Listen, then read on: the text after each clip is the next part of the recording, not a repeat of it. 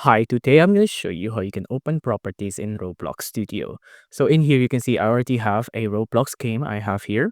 See, you can scroll around to it, but you can see usually the properties tab is down here, right? But right now it's not available. So the way we can do this is by going on the upper part here on view, and on view, you can see there's a properties tab here. Now, if I click on it, you can see now it's toggled on like this, right?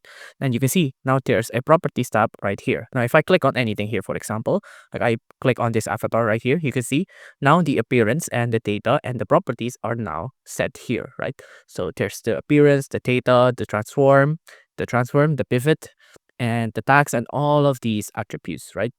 Now you can see if I click on anything else, the properties will change along with it. So it's like an editing software, if you know what that means. And things like this, you can see it can change based on what I click. If you don't like it here as well, you can click on this button to collapse it here like that. So now you don't see the properties anymore. If you don't like the Explorer, you can collapse it as well like that. If you want to uncollapse it, you could just click on the sidebar here. You can see now there's two sidebar, there's properties, and there's also Explorer.